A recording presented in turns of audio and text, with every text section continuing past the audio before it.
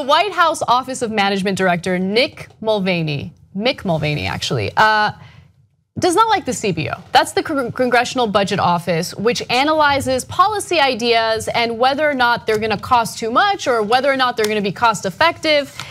And he specifically doesn't think the CBO matters and doesn't think we should pay attention to it because of the analysis they did in regard to Republicans' plan to repeal and replace the Affordable Care Act.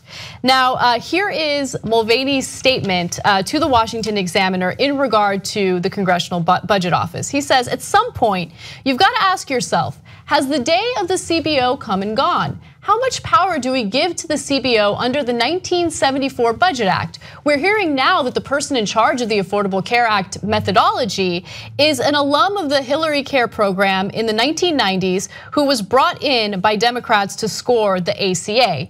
Now, the person that he's talking about is Holly Harvey, who has been the head of the CBO's Health Analysis Division since 2009 and had served during the Clinton administration as senior analyst in the Office of the Assistant Secretary for Planning and Evaluation at the DHS. Okay, so. But let's just note for the record, the Republicans didn't complain about her when she was marking up Obamacare and said things that the Obama administration did not like at all. That's right. Back then, they're like, what a wonderful nonpartisan person here. Okay, so that statement is ridiculous, but I don't think it's the worst. Here's the worst.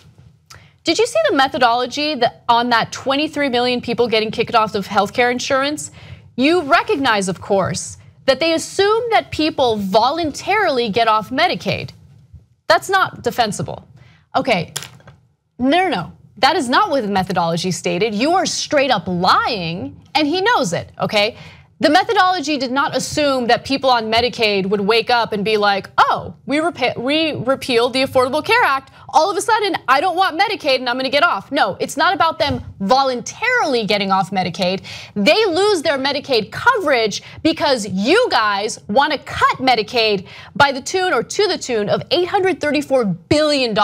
That's why people get kicked off of Medicaid. They don't voluntarily do it. So I love his framing there, but it's complete lies. And by the way, sorry, you guys didn't even want to give the CBO an opportunity to do any analysis. You guys rushed a vote, okay? You guys got together with all your cronies and all your goons and you guys voted on it before you could even allow the CBO or any organization for that matter to look at the policy and do a clear analysis of what the ramifications would be. You guys didn't want the truth to come out, but it did and you don't like it, so now you just want to discredit the Congressional Budget Office.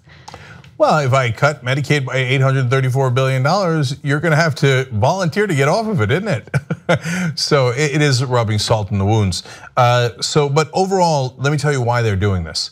That's I think the really important part, which is that they're trying to intimidate the nonpartisan governmental organizations, saying, hey, if you don't do as we tell you, we're gonna take away your budget. And we're gonna kill the organization completely. So CBO, next time you tell people the truth about how we're gonna take away health insurance from 23 million Americans, remember that it might cost you your job. So watch where you're stepping.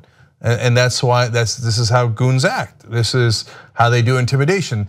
Dick Cheney used to do a lot of this back in the days of the Bush administration to manipulate us into the Iraq war. Hey, be careful which direction you go with the intelligence because you might or might not have a job afterwards. So now they're threatening entire departments like the Congressional Budget Office, which the Republicans have relied on and quoted endlessly when there were Democratic presidents and the CBO would come out and tell you what was wrong with their proposals. They would tell you what's right and what's wrong with the proposals. Basically, they tell you the consequences of those proposals and then you can make value judgments about them. But now that they're in charge, no, we don't want anything nonpartisan. Right, and he also proposed what he believes would be a better strategy in analyzing the consequences of policy proposals. He believes that we should allow partisan organizations to come up with their own analysis, and then members of Congress will come together and they will decide, where the truth lies. Oh yeah, I'm sure that'll work out real great, okay? By the way, I don't want partisan organizations playing a role in the analysis. I don't want liberal organizations, I don't want conservative organizations. I do want nonpartisan organizations, and you're absolutely right. The CBO did rip Obama's proposals quite a bit when he was in office, and the Republicans used that to their advantage when they would argue against those proposals. But now all of a sudden the CBO is partisan against Republicans? Please. And he says they should use think tanks like the Heritage Foundation. Yeah, that'll work out real great. And look, part of the problem with the so-called liberal think tanks is that they're also largely funded by millionaires and billionaires. The right-wing ones are, nobody's thinking at a think tank. They hire people who will agree to their preconceived propaganda. The whole point of a think tank, and I need you to understand this, especially the right-wing ones, is not for you to, spend a lot of money on philosophers and like, which way should we go? And if you come up with an honest opinion that doesn't agree with the funders of the think tank, they'll love it. They'll have no problem with it because they're trying to make sure that you think. No, the think tanks are propaganda outlets. They're propaganda tanks, okay? And so those millionaires and billionaires and corporations fund those think tanks to make sure that they have propaganda they can hand people like Mick Mulvaney, who can then slash your healthcare so that they can get rich. And he's like, let's just use those. Why can't we just substitute facts with propaganda, which is Republican 101. Membership helps fund the Young Turks. You know one great thing about that? That means we're not accountable to anyone but you guys. That's why we're strong together, because we built this show around you. Come build it even bigger and better at tytnetwork.com/join.